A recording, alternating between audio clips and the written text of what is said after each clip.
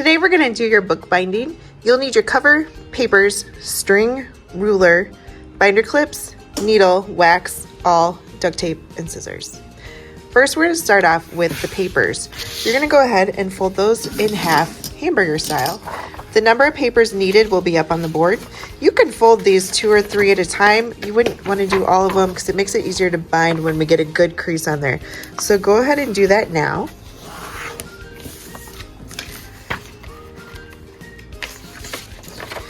And once these are done, they're going to go inside of each other.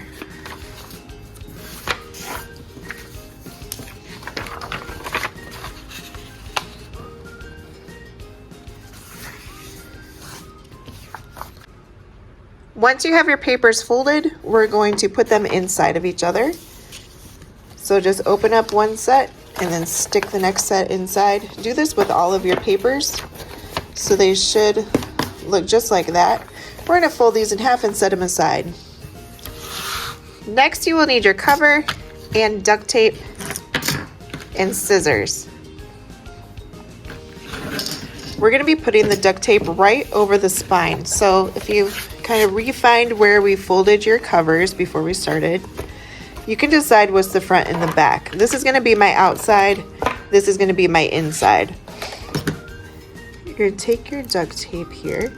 If there's a picture you want to try to save, say I want to keep most of this pink strip in, my fold is right here. I could have most of my duct tape over here. It just needs to be over that fold.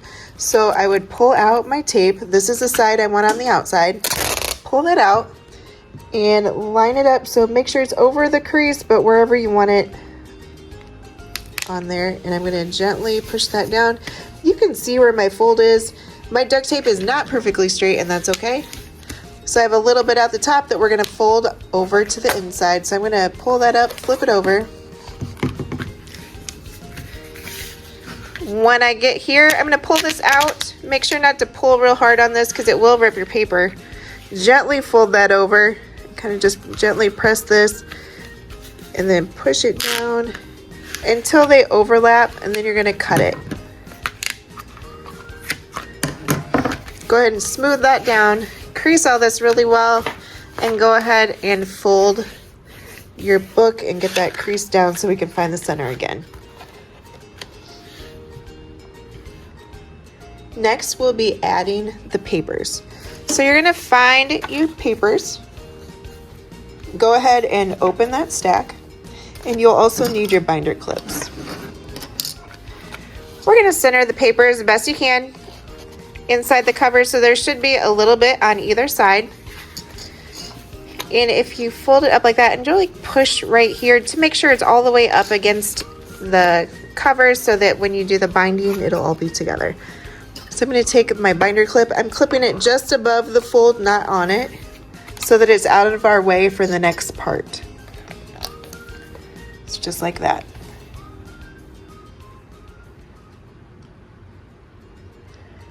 Next, we'll be using the ruler, and you'll need a pencil. So for the ruler, make sure you have the inches side up and the centimeter side down. We're going to line up your ruler with the edge of the cover, not the paper. So if you look really close here, I have 0 is lined up with the cover.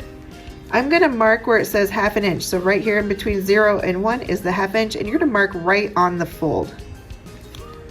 Once I've marked that, I'm going to slide my ruler down to 0, and then I'll mark every inch all the way down so I run out of paper.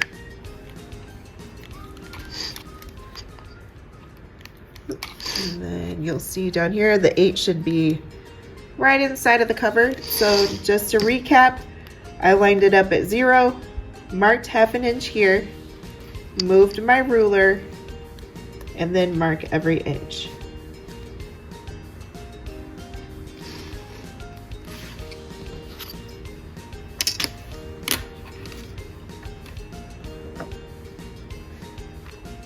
Next, we'll be using the awl. The awl is what we use to poke the holes. It is very sharp, which is why it has a cork on there. So don't stab yourself with this because it would draw blood. what we're going to be doing, instead of pushing like straight down, we're going to go across. We're going to use the table. I'm going to have my hand on the back side here. I'm left-handed, so I have the all in my left hand. My right hand's using support. If you're righty, you'll probably be going this way. I'm going to be poking a hole right where we made that mark. I'm going to have this hand for support. It's going to be down just a little bit because I know I'm going to be poking through right here, so I need my hand to be below that point. So I'm going to push right here. We want that to come through about an inch. So if you remember, for most people, your thumb to the knuckle is about an inch. So about that far to make sure you have room for the needle.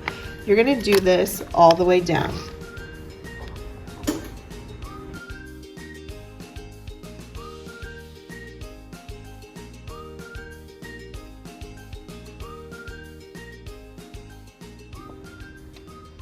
When you're done poking the holes, go ahead and put the cork back on the awl and set that aside.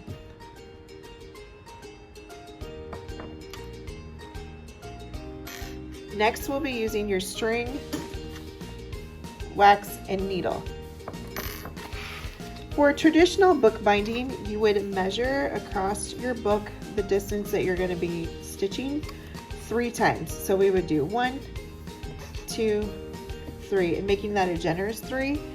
If you have string already at your table, it's already been measured and you don't have to cut anything. Next, I'll be using your wax. The wax helps the string be sticky so it sticks in the stitching, and it'll also help it stay on the needle. What you're going to do is just put your thumb over the wax there and run your string through there 2 or 3 times. It'll start to get a little sticky, which is what you want. Like that. So I have my waxed string, and then I'm just going to fold this right here when I get ready to thread the needle. Put that through, pull it through about that far, and then hold it like that. Anytime you do the stitching here, you want to make sure to grab it right here, so that way when you pull on that string, it won't come out of your binding. So go ahead and do that now.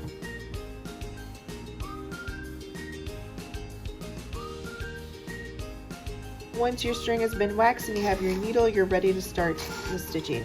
We're going to start on the inside. So I'm going to take my needle, I'm going to pull it through.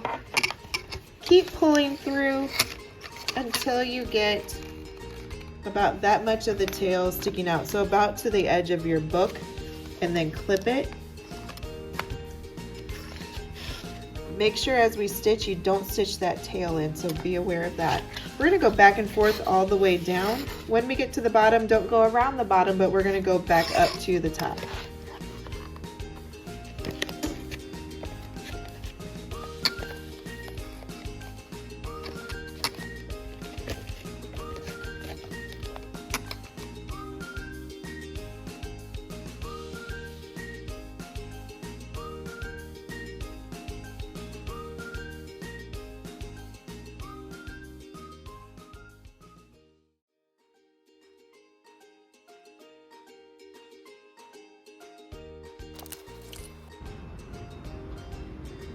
After you have the stitching done, you can remove your needle and your binder clips. Okay, so we stitched all the way up to here. This part is open. We're going to double check and make sure these are all tight. I'm just pulling them towards my left side there. And we're going to do what's called a square knot, because a square knot will not come undone. And the way we do that is you can do left and right, but doing short string and long string works pretty well for most people. So I'm going to zoom in just a little bit. So I have my short string is going to cross over long string. Short string goes underneath. Pull that tight. If you have a friend there to help hold it for you, you can do that. Pull your string straight down again. Short string over long string. Short string goes through. And then pull that tight. And if you did it correctly, the strings should lay down flat like that, and they make a cross this way. If they're sticking up, or when you give it a little tug, if it comes loose, that means you did a granny knot and you'll need to try again. If you had it come out this way, you are done. So go ahead and cut the strings. Leave about an inch or so. Don't cut them too close because your binding will come undone. Once you've done that point, you are done with the binding and you can finish anything else you need to finish up with your book.